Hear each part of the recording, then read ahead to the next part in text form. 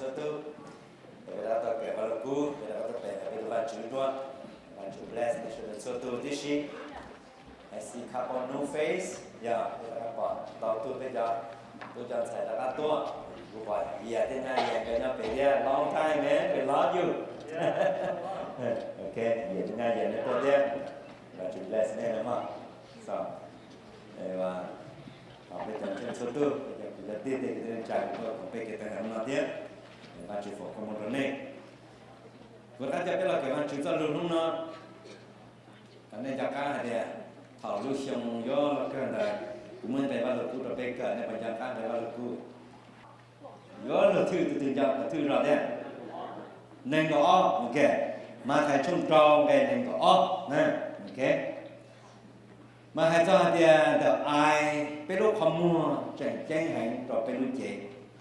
Cú đã áp muốn cái nó rồi bé cho giá của lúc không mua chạy trên rồi bé lúc chế và lúc cú thì cho bé lúc không mua nó bỏ cái trên chạy bé lúc chế nó bỏ cái trên ta sử dụng bé lúc không mua trò là bé chỉ bỏ cái trên chạy bé lúc chế nó trò luôn đi many times tao tao rồi bé cái vấn đề họ luôn biết tay của nó thì cái trên cái vấn đề nhỏ cái khứ nó khứ hậu cho cái vấn đề họ luôn nên biết tay của nó giờ depend on the pelo không có cái vậy họ chuyển trên rồi bé giờ nên đời cũng là cũng muốn chạy ra mà là cứu cho rồi bé cả nhớ rõ còn ta ở bên dưới trong trọ về gì trong cái nền gạo với nhìn lấy chớ đó gì giờ in cái cứ khi rồi bé cho cái giá hay là hao cho cái trên vai chữ rong để trả rồi bé luôn này em nó to rồi giờ hay là bé trên vai chữ ta sẽ bé luôn không mua bỏ luôn để tây sư vậy bé thả vào trường bảo đi cha, lọ bé chữ bảo hạt để vào trường đi cha tiền. Đâu rồi bé hạt cái nhỏ họ luôn lên trường vào trường, bé họ chữ bảo luôn đi tên nó là. Vậy lọ của bé vừa cho fan này, lọ sẽ cho extreme không là thế, nó nói không? Vậy dù chỉ mình bé là thế, vậy và chữ cho lọ của nó khi lọ bé mà cả bé bỏ mình khai tao lọ bé bao sang chụp lên là bé bao, như nó lên đó. Bây giờ nó còn là phát triển lọ bé. Em cũng cho bé là say thì vào lọ cũng nhớ rõ phong tạo, ở ban dưới trong trâu. Cái gì trong cái đường cầu Halina hay để cuốn những luôn cái nhắc rõ họ NIV Halina hay để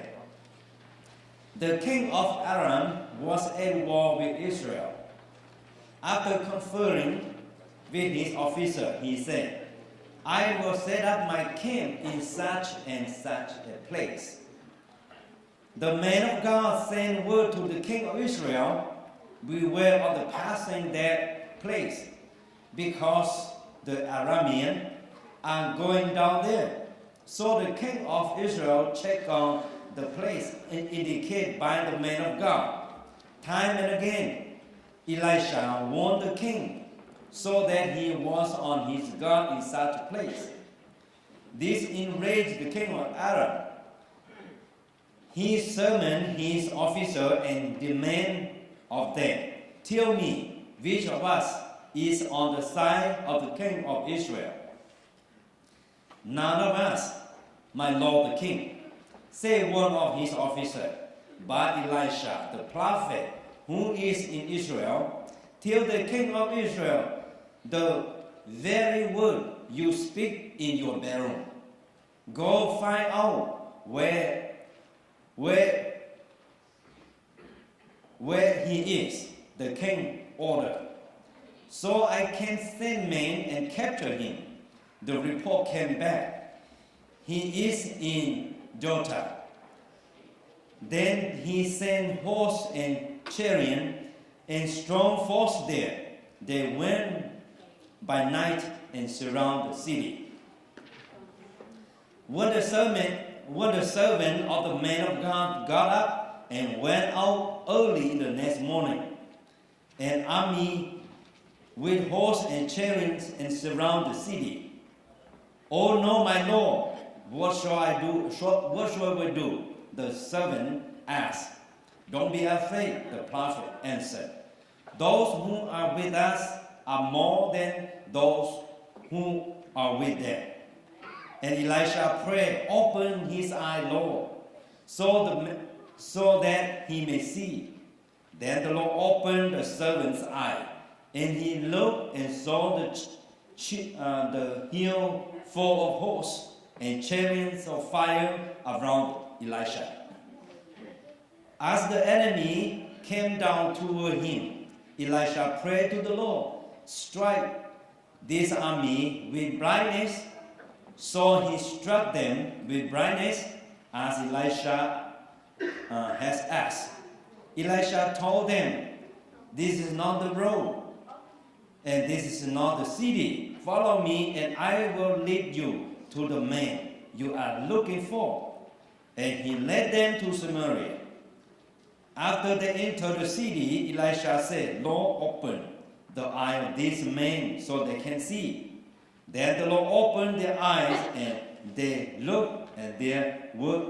they were inside Samaria. Halina halia, vanzu Aram, kuya vanzu Syria. Của trò đồ đu tế chờ Israel. Tỏ cá nữ sáng la rồi nữ cho thôi cho officer hay tiền. Bây giờ một chùa khai cho họ u khẩn nọ. Chế tu chứ chế ra chứ tu tí nên chế hai đồ văn dư Israel hay tiền. Chế pha cho họ cho nên Aram là tu tuôn ba chờ cho hoàn toàn là. Chế văn dư Israel một sai là hạt để mua lên đầu tiên.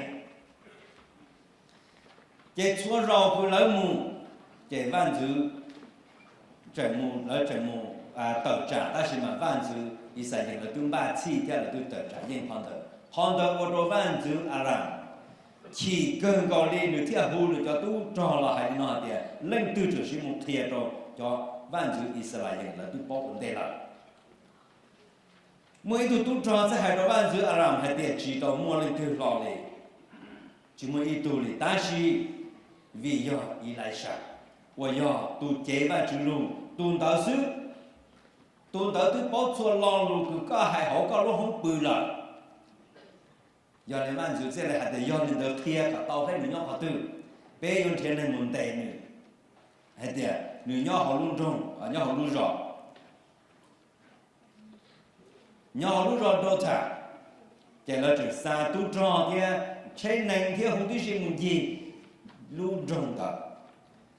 chỉ thầu Elisha tu khai sợ thầu một sơn gió chỉ được bỏ tu trò của nhau chi vòng họ luôn rong nửa hai rồi Elisha để tu chữ rồi chỉ tao lên rồi ta chỉ nói Elisha hai rồi nửa hai để chỉ thon chài chọn trò bé chung rồi chọn trò lỡ Elisha rồi ba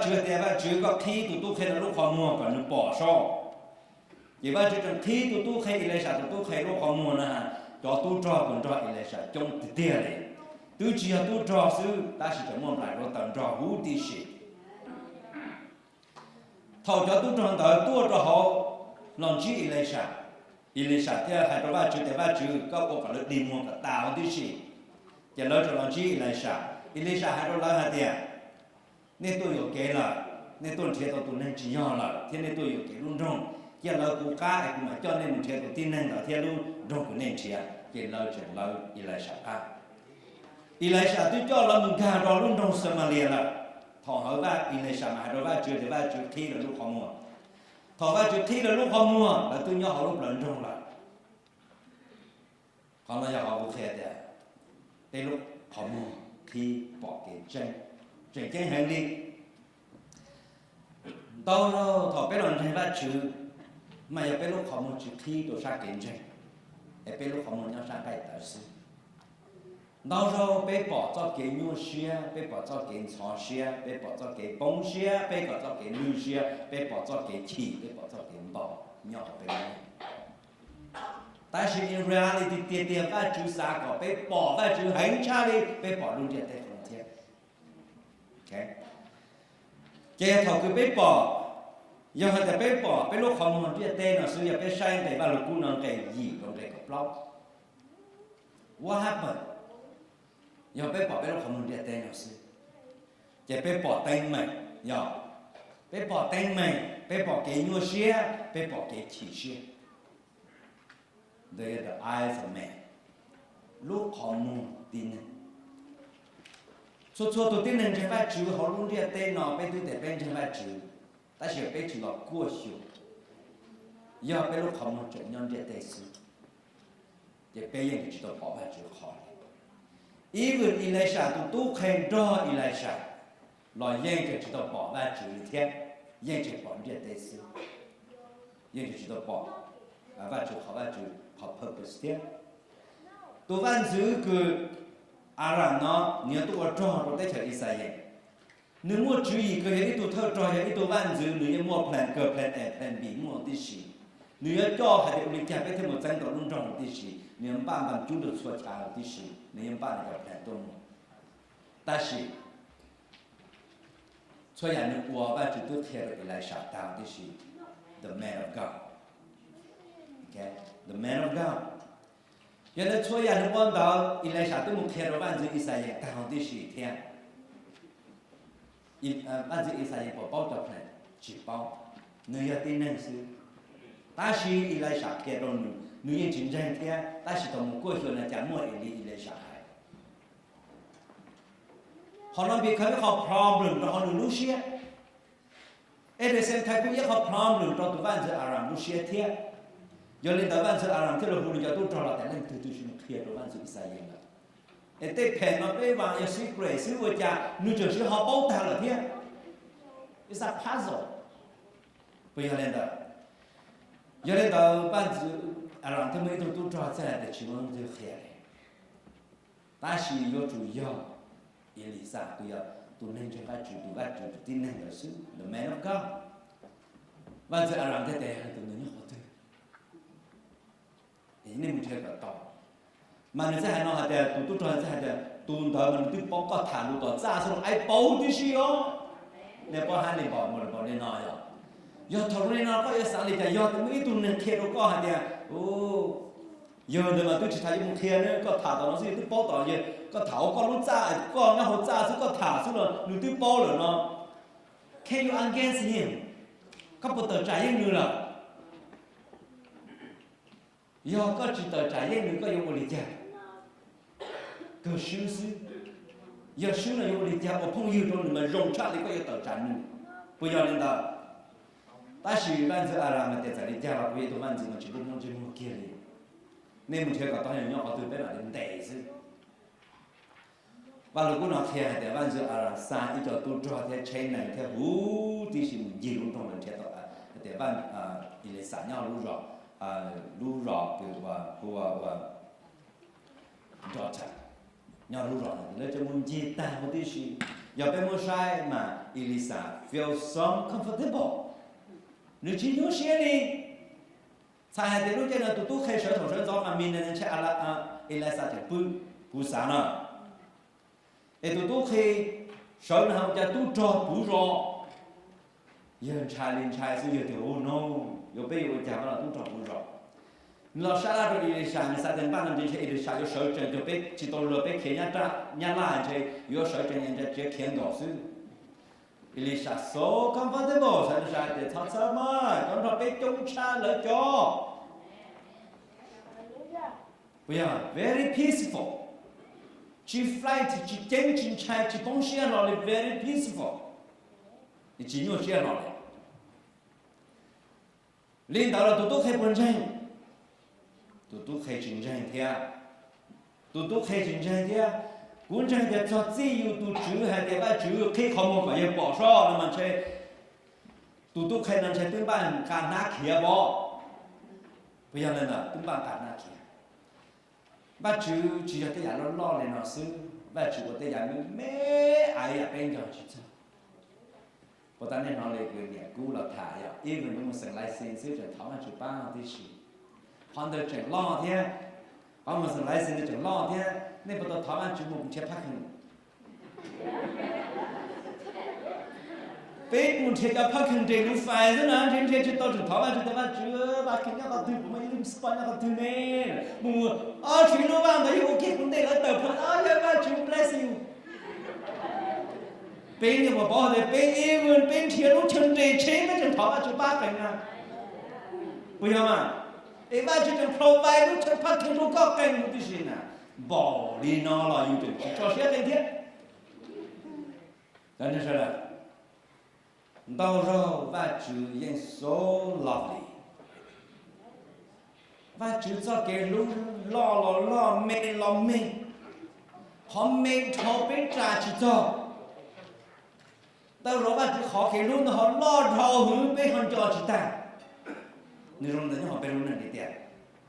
Mà bây giờ họ nói nè. Đâu rồi thì sao? Ơi để cho hai tên mình đỡ sự parking perlu.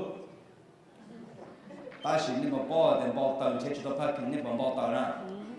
Nói cũng cho cái niệm mù. Sản phẩm nhân lọ thì nó là rồi. Giờ cũng sáng hàng nhà là cái gì mi rồi đã. Đào tháo nhà là chỉ có khởi đề khang na. Ta chỉ mà nó thôi là cho nên freestyle na. Chú khởi đề khang bây giờ là chỉ chạy đi. Ô, yêu vậy nè. Nên bắt đầu yêu rồi đấy mà là cho sầu cho nên office của exercise nhưng mà toàn đến đấy ó, nó toàn chơi số mông nữa, vậy cũng là chơi vậy cũng chơi nên có chỉ sản xuất, đó thì nó hai đứa là đó mà tìm minimum như chơi xa có chỉ sản mà là tất cả nó, vậy cũng chơi cũng chủ yếu nên có chỉ sản xuất để cái này có chỉ sản xuất cho project là có print receive cũng một cho nên có chỉ sản là print receive cũng dạng cái rồi. Chỉ một cho sáu mươi của trả lời chẳng sự thế à? Một cho sáu mươi, bây giờ công ty trả lời ơi chỉ làm cái đó thiết kế sơ đó rồi, con này có chữ sai thế mà nhiều con la cái một cho rất tà đó, tôi chỉ hay cái một nhỏ này rồi một to này chân sông mông này rồi, nhiều lúc xe này để bắt chữ, các bạn để ba sư phụ đi sao làm giả sai thế này, bây giờ này có chữ sai thế. Chỉ cũng một trong tôi cũng là cái những một check in kia sẽ là hù kia là các bạn, những con rau kia trong sự là hù kia một sản phẩm có chỉ là thị sự, đó là cho của nó phải trở xe, để cho bạn cho. Thế giờ nó solid rồi, thế unbelievable, thế họ hay chẳng hay, thế giờ nó trở thành mà chữ thế mà so funny. That shit is true, everything is God. Okay, everything is God. Thổ con chân ba chữ mà everything is God. Thế thổ con từ kế mà everything is God. Thổ con chỉ mua họ available đồ con là mà giờ vào chữ sư. Look at this. Va chữ can do all things. Nên mình nhìn phong đó Philippines mà bảo lo như thế I can do all things through Christ encourage cụ nó nè. Cụ ở đâu chúa nhà nó được Giêsu tu ở châu của lúc rằng là I can do all things của chúng trai đi nó nè. So even though the some things are so small, didn't change it all là cũng change. Để mua vài chữ của ta. Mà bây giờ còn nó nên bữa sáng hay là dùng lúc xe, dùng chân, dùng chua tàu, dùng lúc họ mua chỉ nhau họ vài chữ. Cái thọ hay là cái thọ tên mình là sự chân tôi chỉ xe sinh đạo chứ. Bây giờ many times bây giờ nên nhau thọ trâu cái thọ tên mình tôi mà có lúc xe làm bảo từ phứ mà sai chế nên. Dạ chỉ có là cái chế rong là cái chế đi. Thổ bây giờ thì cũng nhà các bây giờ thì cho người chơi bây giờ thì mà lâu cái khoai nhận chữ mà số phản cái rong cơ liệt người ta là nào đấy. Thổ bên trên ba chữ thổ bên chỉ bao ba chữ mà rong này nào. Thổ có một trâu tên mình, ấy có một tỏ hậu lửa, ấy có tùng boss của tên mình trâu có. Chỉ có tùng boss giờ tù lọ cũng có ra được có hai chữ tông, chỉ có lọ chế. Chỉ có bao cái chỉ có lọ chế, chỉ có lãnh lũ cho cái mà lãnh lũ rồi bây giờ có chỉ sẽ thành tí cái chỉ có tụi này đó, còn bên này có chỉ tông lũ chỉ có lọ cho cái chỉ có lọ lãnh lũ. Thằng có lọ lãnh lũ chỉ trong xe thế lọ cho chế bọn ô họ chỉ họ lũ xe chỉ bọn này tiền đạt, thành tí tí chỉ tí bọn này tụi này đó, còn bên này chỉ yêu. Giờ hay có lọ cho hai con chi có tụi bọn này chỉ là chỉ đâu có chỉ cho anh chị trong tòa rồi giờ trong tòa nó nè chị bé được cái làm mà mấy thuộc Âu này thì ai là thợ anh giờ thuộc Âu một bố được cái bao tờ thuộc Âu chỉ bao ta chỉ là do người chỉ muốn được Âu giờ được họ tìm họ tên mình ok bây giờ xảy ra được nó tụi bạn sẽ là nó họ tên mình nếu họ tên mình nếu xã thì nên sư nếu chính cho các thì là chữ nếu mà ấy họ phải của cái văn chữ Israel bị bao rồi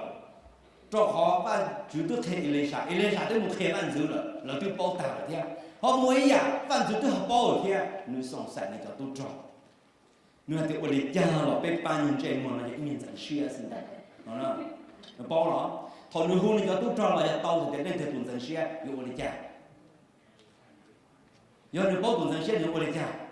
tôi bao chơi sư bây giờ mà tôi bao chơi sư ta chỉ mới tôi cho hai đứa bạn giữ đó bây giờ tao với tuần dân xe này nữa ta chỉ tôi要包这个Elisha是 Elisha 嘛只要个谈路到咋说了你保护这些呢来不要你现在可能都那 Elisha 要好多那天把天天到 Elisha 要路绕了就人把都装的 Elisha 我知道 Elisha 的包大这些的那天 is very important 真还到被路朋友真到被路朋友giờ thôi Elisha bao lời cái vợ cha tôi thấy tranh trai chỉ mẹ giờ có chỉ bao có tiền trai sư ok giờ có bao lời có dân chính trai President Roosevelt sẽ hãy lòng lụi đi nó hạt tiền chỉ muốn ý giờ họ giàu dùng trai chưa cho kiến trai thêm trai sư ok giờ có bao mà chỉ muốn ý giờ nó con trai ta chỉ cho kiến trai thêm trai sư有验警察，要有包有验警察，好用差的有去包身。有人在讨论了，伊来下去没很差的，因为都开的中差个了也老了，都找不着单了，伊来下警察，警察，有人在弄了变成法治，变成法治也靠 renew， 被 renew， 被做给啥 renew， 被删除 renew 被靠 intellectual。เป็นรู้ล้านหลีเป็นรู้จุยเป็นเจ้าเก็บเป้าตาย่อเขาอยู่รู้หนึ่งจังหวะจุเป็นเจ้าจังหวะจุจะเป็นไม่ใช่ surface นั่นสิสองการเติมนั่นสิกูยังมาบ้านจุดเจ้ารู้นั่นจุดเจ้าหายตัวไปแต่ไปเนาะจังหวะจุดจะไปexample แต่ issue แต่ statement แต่ problem เขารู้เดียวแต่เนาะแต่จังหวะจุดเจ้ารู้นั่นเจ้า review ตัวไปก็ไปเป้าแต่รู้เดียวแต่เนาะ full of trouble。full of trouble 本個你頂明本個你頂幾皮，但是同被包可能來不做邊菜，只做邊菜，頂到啲 temporary， 頂到啲音樂變咗頭。有領導頭俾我哋攞俾我哋食，我問緊ดู俾ลูกเขามันจีบอยู่ตรงเทียบ้านจีถอบ้านจีที่ก็ลูกเขามันถอบ้านจีที่ลูกเขามันเรา做用菜。ว่าจูยกที่ว่าจูพอโดอยู่ว่าจูที่ก็บอกลุงเด็ดแต่โอ้กูนี่จะใช่ว่ากูเทียตั้งบอกย่อเล่นต่อซื้อร้องเล่นต่อซื้อจ่อตัวของตัวจงชาไม่ใช่คำว่าอิเลชาปนชาอิเลชาตัวใครตัวชอบเธอจนเราไปจงชาตัวใครจริงๆที่สองจริงก็เขาไม่ได้ทายพอเฟ่พอเก่งจริงดอกร้องมาพอเก่งจริงลูกเขาไปลูกเขามาจีบบอกพอเก่งจริงเลยถูกรอบเราไปอยากไปลูกเขามาบอกโอเคจะยังแต่ว่าจุดที่ตัวใครลูกเขามาตัวใครเสด็จบอกแต่โอ้จะตัวตอนเราไปจงเตี้ยchỉ là tu trò xong rồi mong lại lúc đầu tiên chỉ nhau buồn gì đi lại sao nhau buồn gì đi lại sao nó nè chế thầu và chú Elisha nó cho tu trò tuổi Elisha thả rồi lời thì ô nên tôi hiểu kế lời cái giờ nên tôi hiểu kế luôn trong thế nên tôi thiệt tôi nó hiểu kế lời chế cũng cho nên kế là mà cũng chia cũng imagine không có kế sai mà cho tu trò chạy nền theo chạy nền tu của trò theo xua giả nữa mà nói rong gọi là cho bên nó tới chừng rồi bên chân chếไปจันหนึ่งทนราในเขาในการหลุดเสร็จในกับเขาจันหนึ่งทนราไปจันหนึ่งทนรามาอยู่บนเด้เป็นในนี้ย้าหล่อนหนึ่งเลยประกาศดีดงเลยอยู่กาซึแล้วจึงมาพิธีอาชีพนี่แหละจะจะตู้ตรอนในจะเราอิเลชาข้าวแล้วลูก power แล้วลูกมั่งหมออยากตู้ตรอนอยาก soldier อยาก army อยาก charioteer that is totally fake down this year actually follow Elisha อยากได้กันหนึ่งที่หนึ่งชั่วโมงดูเฉียจีถ้าสิ่งที่เราต้องทำต้องเสมาเลยนะครับว่าเลชาได้ว่าจุดที่เขาไม่รู้ไอ้ว่าจุดมันจะที่เราต้องเขาไม่รู้แทนที่เลยต้องมุ่งบาร์ถ้าสิ่งเราจะตัวอีกอย่างนึงอีกอย่างแก๊สซื้อก็ย่อเปลี่ยนทองกับเปลี่ยนข้ามตัวจอก็กลายเป็นตัวเลยจะต่อเลยตัวเลยย้อนเรื่องนั้นต่อจอเท่าอยู่มาเต็มเลย ask for God for open เป็นลูกของ Open our eye. Okay? Open our eye. Nếu bỏ con này rất khó chi, lòng tôi lên từ lúc này, lòng tôi lên từ lúc xưa, lòng tôi tụt khề lúc xưa, bỏ bát chữ. At the same time, lòng tôi cho tu trò bỏ bát chữ. Hai tiệp họ biết nó, do Elisha, nó biết bỏ từ lúc họ mua your reality. Your reality cho họ chân, biết nhìn cái văn lúc nó gì lần ra. Thầu Elisha cho tu trò truy văn chữ Isaiah, văn chữ hay nói tiền, yêu lý tiền mua được tua bà ta đó. Elisha hay tiền, cho nên con để tao phải mua tua đó, chỉ tua, ai chim ban rong ban mà rồi nó chỉ trâu xa là được ăn rồi master, biết không? Chỉ lớn ban rong ban mà rồi cho tôi được nó được ta để xa là được ăn một chế. Chỉ cho nên Iran nó cho nên Syria nó là chỉ tao tụ ở trọ văn gì gì là tao nhau peaceful. Instead có những tua sĩ tua bloodshed launch nên tua. Ta sĩ chỉ là họ nói chỉ là peaceful, là chỉ totally surrender, chỉ tua ít thôi. Chỉ mấy tu nên tua để tao tự là chỉ tua ít tu nên. Ya, ru họ bắt chữ open look eye. Chỉ tha hạt tiền văn chữ Israel dùng một trò văn chữ Aram hạt tiền nó bị make a treaty, bị cho lụ sản nhà ok cho phi tuổi, nó cho tôi cho làm một hai thứ gì giàu như bên trái, như bên chỉ có ý gì. The peace came from God. Họ biết lúc nên cho kiến trình đi dạng cả, họ biết lúc nên cho kiến trình đi dạng cả. Giờ này họ có lúc họ một khi bỏ bát chữ. Anh ấy bắt đầu nó to rồi bé vẫn lên trên vai chữ, họ luôn lên trên vai chữ mà bé nhang cái tới nhang chú đi nhang cái tới nhang chú đi bé chú to, họ bé luôn lên trên vai chữ. Nhớ rõ phong tao lòng trung gì để bé thực đi. Của những cái yết ở nhớ là từ từ tập u hay là nói thế. If God is for us, who can against us? Bỏ lỡ. Bỏ lỡ thì do va chữ cho bé là lên từ ngõ tàu trả tàu bé. Mà bé nhìn cái non gì tàu tua mà bỏ lỡ hay nói thì do va chữ từ giàu xe mà va chữ tu là tua thanh bé, va chữ từ lú bé, va chữ giàu xe va chữ là chỉ bé đi nó là do va chữ tua bé to, lên từ chữ nó tàu trả tàu bé thiệt, nó họ hay tờ trả họ nói tao rồi biết cái imagine tao tin nên cái tờ flash nó, ta chỉ biết lúc deep down họ cho kinh doanh, giờ bên trên vai chỉ biết bao nhiêu nó cho cái phèn nó tờ trả tao biết đi trả đang dùng nó tờ trả tao biết đi trả cho cái mua xe nó tờ trả tao biết đi trả, chỉ tao hay nó chỉ tao để biết agent cho cái phèn, cho cái phèn chỉ tao trồng biết đi là biết thì free tiền đó, ta chỉ biết bao nhiêu ta thì nó trồng biết chỉ mua rồi bên chín trai rồi, rồi bên chín bông xe rồi, rồi họ ba chữ tôi bê to rồi, lên từ chữ tận trả. Gây gì? Nhớ trò phong thần có ít bộ có gì, cái trò đó để xem hay nói gì hết đấy. The Lord is with me, I will not be afraid. What can mere mortal do to me? The Lord is with me. He is my helper. I look in triumph of my enemy. Người Hà nói thế, do các chữ rõ cú yêu chính trái ý ya anh chị. Thế cứ yang cái yêu tao không nói yêu chỉ tao ý ya anh chị tao cú liền. Và chữ yêu tụng rõ cú, người yêu tụng ba cú. Cú sáng trọng rồi cho cái môi yên cho cụ tây yên vô sư cú sáng trọng rồi cho cái môi yên cho cụ tây yên vô sư là bây giờ em khó nói khó chuyện tiếng rồi bây giờ tôi biết lần chơi vai chữ khó nói khó chuyện có và lúc cú sẽ là thế hả thì do bên lúc họ muốn nó khi bỏ cho cái chơi vai chữ rồi mà vai chữ tua bên to mà chỉ muốn là again to bên rồi đó còn chơi vai chữ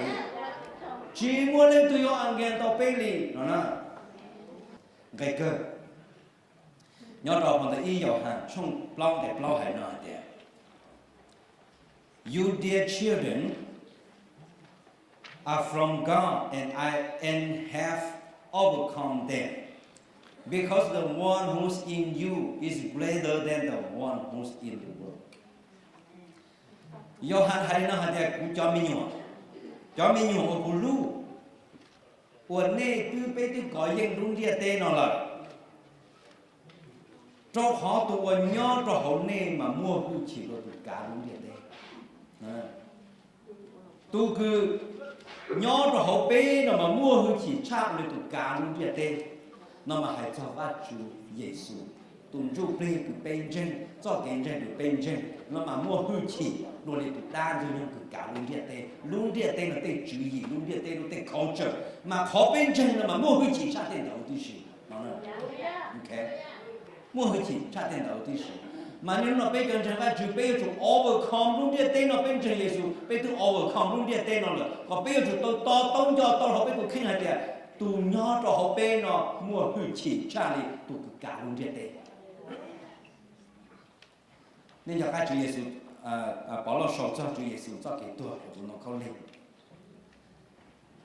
Thọ đan duy nhung lọt thêm Chúa Giêsu. Thế tin rằng cho cái sáng mà nó xa thì cơ muốn Giêsu chia tiền của nó không lên sự chế. Bây giờ để ta Chúa Giêsu finish. Chúa mới khá chỉ. Mà thọ lớn tề Giêsu lớn mới Giêsu tàu ông cho Chúa Giêsu lớn đa lớn co Giêsu ôn hậu đi lớn mới còn mà xóa bỏ cho nó lông Giêsu tao hậu. Mà lời chia để Giêsu chia nothing, chỉ một cái họ ăn chỉ. Ta chỉ nói cái Giêsu muốn chia cho đông không nên là Giêsu chỉ chỉ đi thế, bây giờ tôi chỉ hay ăn chỉ là bây giờ nên nhau là mà, dù tôi chỉ tàu luôn là rồi, dù tôi hoàn toàn nên chỉ muốn từ cầu tàu nó chỉ tàu nó bây giờ Giêsu chỉ chỉ đi thế.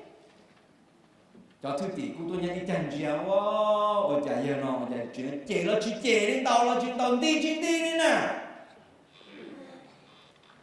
Là chỉ một hộp lý thế, đấy bây giờ nên là chỉ một cái gì này, là số bằng cầu Giêsu ra ta là Giêsu chính đi lý thế, Giêsu tua, là sao để Giêsu tua để ta, là cho Giêsu một phẩu,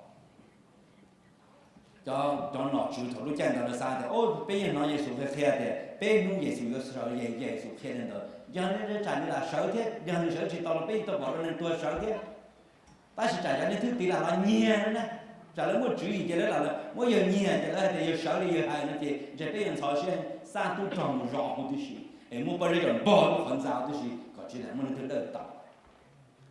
và lúc khi nhau rồi còn được cả trong này có bao nhiêu này thịt này bỏ không, là muốn rõ là hay in tam mò, thọ cái yêu quan đó tỷ chữ số tung lên lọ, địa tên nó cũng rõ. Cho tôi vào được ok thì cho tôi cho mình trai chính trai mà ít chỉ xả tạt vô tua. Nên tôi control tới Giêsu thôi đó nè. Giêsu sợ nó tôi chỉ tao vào được ok thì Giêsu sợ nó tôi chơi Giêsu chứ. Cho nên chụp liền đúng là tên nó cho cho nên chụp liền từ tua đó đúng là tên nó sợ hữu tí xíu được thế. So powerful. Thọ biết là tiền biết là bỏ họ nó và chú so powerful. Ê con trên ba chữ. Khi bên lúc họ mua có bên bỏ bên lúc nên là bên chuột lông lúc nên kia tên lông cho cái chai lông cho cái chỉ tàu luôn lông cho cái bông xe và lúc cũng khi thì bên overcome luôn kia tên nó là rồi họ bị tụi nó họ bên lo cha luôn kia tên nó rồi họ bên tụi là bên chia tụi nó lì tên sợ tàu lúc họ thôi là cả lão thằng đó chỉ muốn tự có tàu Giêsu chỉ muốn tự tên tàu Giêsu chỉ muốn tự tàu để nó là bên cái chúng ta chỉ đi giảng con Yohan sẽ theo họ nói Yohan theo họ nói thì tu nhớ cho họ bé mua chỉ cha tu cả luôn thế tu cả luôn thế bây giờ nên họ nói họ bé bỏ thì bé bỏ nó ra bao nhiêu cú họ giờ bé mới say Elisha hot story nào là cho Giêsu giờ phá dụng ta chỉ có sự thing that still happen God never defeat anything. Và chúng chỉ suy nghĩ giả chỉ đi. Xua giả nó và chúng có đồ đón cho ra chúng mua dân được công sự. Để cho nên tập bê đón cho ra chúng bê chính trả đi hả chị. Chúng yếu nó xuyên nhau và chúng khó khó. yêu anh này chỉ chơi xin luôn là cho nó để ba chú yêu theo cho cái lúc đó bé yêu hay tụi chỉ bao tang là ba chú chắc cái gì đó không qua lúc cũ yêu cho nhẹ là ba chú cũng chỉ đọc theo thế này là trên cũng cái này cho nhẹ này thọ nó thọ hậu xuống nó chỉ theo để đọc theo theo để bé tụi này dùng chập lơ rồi có ba chú tụi perfect bé tụi niên đối xấu có bé perfect bé tụi ba chú họ nào theo bé mà bên trên trong tụi chú Giêsu có lúc năng sinh họ này họ theo bé rồi họ Giêsu nói ra Giêsu nói họ tôi đã là Giêsu chỉ tôi ý dùng gì là Giêsu nói rồi tự tôi không liên là Giêsu chỉ đã các mình chơi rồi nó không liên ý rồi là chỉ tao các mình chơi rồi không liên ý bé hay cơn trên lá bé lúc họ người thi họ bé bỏ họ cho kiến chơi để tiền cái bé thì chỉ chọn đủ bé thì chỉ muốn nên cho cái chơi kiến trai bé thì chỉ muốn nên còn rồi luôn đi đấy bây giờ nên đó bé thì chỉ còn rồi cho kiến nhiều xia bây giờ chỉ còn được cho kiểm tra là vấn đề đấy, cái đi nhà cầu thiên nông là cái chọn trai là cái đúng chân phải chịu khó cho kiểm tra phải chịu, nông có khó cho kiểm tra phải chịu cái yêu bỏ đéo chọn thằng cũng trông cha ra, cái chắc cũng yêu chơi用菜rồi, cái cũng yêu bông xia rồi, và chúng tròn đại dùng, và chúng hữu chín tròn đại dùng, chỉ bông xia khỏi, amen. Hallelujah. Một trong ba chữ, bây giờ thảo man chữ ý kê, anh cũng sai cả bây giờ tuân toàn tận ruột nên là họ bàn ruột rồi bé preo kê à.